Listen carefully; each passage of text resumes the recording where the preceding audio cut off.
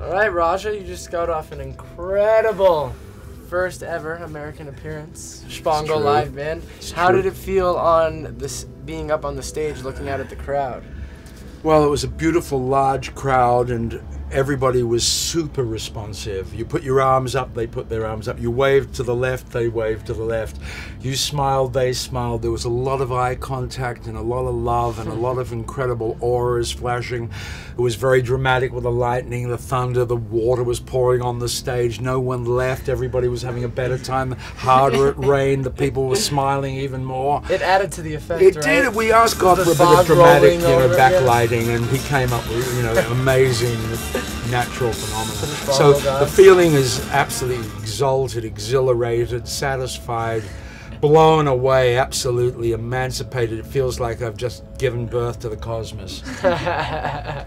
I was curious about all those, I saw on the DVD you went through all those custom instruments you kind of had. Yeah. Do they all work? Some work depending on my, some is for show, some work, some grunt. Are any of them recorded on the album? Yeah, we record things. So a lot of things I can put my voice through and manipulate things, but we'd like it to be as entertaining as possible, trying to wipe out those dull moments. I heard you're a linguist. A cunning linguist. Yes, I know you had heard about that. Do you play a large part in putting on the full live band? Like in rehearsals, do you take any control over any of the other parts coming in, any of the moving wheels coming in? I mean, we work as a fantastic sort of organic team, and this week is the 10th anniversary of our first gig in Japan in Mount Fuji. It's really special. And the 10th anniversary of Camp Bisco, wow. Yeah, so exactly in July in 2001 we did it on Mount Fuji, on the base of Mount Fuji, we did our first Shpongle. And before that, with Simon, I was playing Shpongle before. So Shpongle's been around for about 14 years, so it has been a very slow evolution. When you say about control, I mean, I hate to say, I mean, control, it sounds sort of so egotistical and so sort of barbaric, but the youngsters need direction. Exactly. They're a wild bunch, and I'm the worst of all. So I mean, you're the ringleader of the I'm sort of like the circus master, I'd put it that way.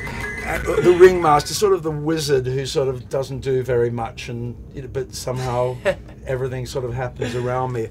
I hired the yogi guy, and I hired the dancers, and I interviewed the hang drums, and I do all of that. Yeah. So all the stuff that's coming through YouTube and music, and I'm just constantly trying to find out, what is around. And that guy tonight was absolutely, got in the box. I see him on the streets in New York City. That's where I found him. I found him on the street, sent him an email. He didn't want to come. We offered him more money. No, he didn't want to come. Got a ride for you. He didn't know what he was in for. He came up to me, and I had to tell him where to come in and tell him where to go off. And it was quite a trip. And we have Brazilian dancers usually, and hang drum players, and we have our Indian dancer who got refused a visa when we went to the embassy. So 3 of our boys who were supposed to be with the show aren't with the show. So we had to adapt in a certain way. Yeah, was this show any different? Because I mean, Joe Russo, he's incredible, but he's not always on the drums, right? Yeah, but he has been for the lot. We did 3 gigs in Australia. He was on the drums in January, and then we did Azora previous September. He was on the drums. So he's been for a while. He's been like 4 or 5 gigs now, and of course he's probably one of the great drummers of America. And we bow to Joe Russo and thank the gods for meeting him. He's a fantastic guy too. I've spent a lot of time with him, just meeting him, and I love hanging out with him. He's just a real buddy. So he's different, but the founder members are exactly the same. Me and Sai, have been together for nearly 21 years now, making music. Well, whose idea was it to have whose idea first to put a full band? It was my idea. The whole Shpongle thing was one of those incredible things on an acid trip in a rainy field after a party. And it often in my life, the things have happened like that with Quintessence, the first band I was in. We did 300 or 400 gigs. That also happened in just a blinding flash, and I saw the whole thing laid out, and I was like, yeah, that's so simple, let's do it. And the same thing with Shpongle. I was in this field, and it was really rainy, and the DJ was a German DJ playing, and I thought, someone came up to me and said, "How are you, Raj?" Because I looked a bit weird at that time in the rain, just standing looking at them. And I said, "I am Shpongle." And the guy just looked at me and said, "What's that mean?" I said, Shpongle. "That's the new word." Yeah. And then I went to Glastonbury in '96 with Simon, and we took an acid trip for 3 days, walked around together, and went back into the studio, recorded Rumors of Vapors for Tip Records. That was our first thing, and that was how it all started, and that was how Shpongle started. And it's been a long, slow process to do the albums. They take about 3 years each, and everything's very slow, and I'm sort of very speedy and quick, and it's all moving in slow motion, and the older I get, the slower it becomes. I just want to crank it up. So when they offered us Camp Bisco, I'm trying to cut to the chase here. When they offered us Camp Bisco, I jumped up in the air, because 2 years ago I was here, and I said, "This is the acidy audience I've been searching for all my life. I'll play there for nothing." And everybody said, "No, we don't." I said, we're doing Camp. And even Simon 2 weeks ago said, "Can we cancel Bisco?" I said, "Simon, we're doing Bisco. I don't care whether it's a disaster, whatever. We're doing it, and we'll do that." He said, "But we're not top billing, and we're going to do the sound." I said, "It's just better to say yes, and we'll come back and do other shows." And they gave you guys more time than they did, and I want to say thank you to Brownie if he ever hears this. Absolutely. Yeah. And the whole Bisco crowd and the organization and the promoters will be very happy, because if we contributed in any way to making 23,000 people come out in the rain, when a time America is not doing great with large arenas and sellouts unless you're Rihanna or Beyonce. And this one's getting bigger.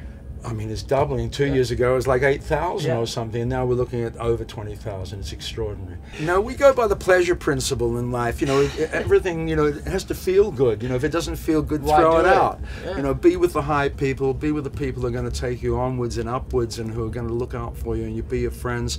And all our brothers, this is, you know, this is us. This is our tribe. And even though we don't know each other, we know each other, you know, spiritually and deeply. And these friendships are eternal. And they go on. You know, you think you meet someone at a party and that's it. This is only the beginning. Parties is where it's all happening.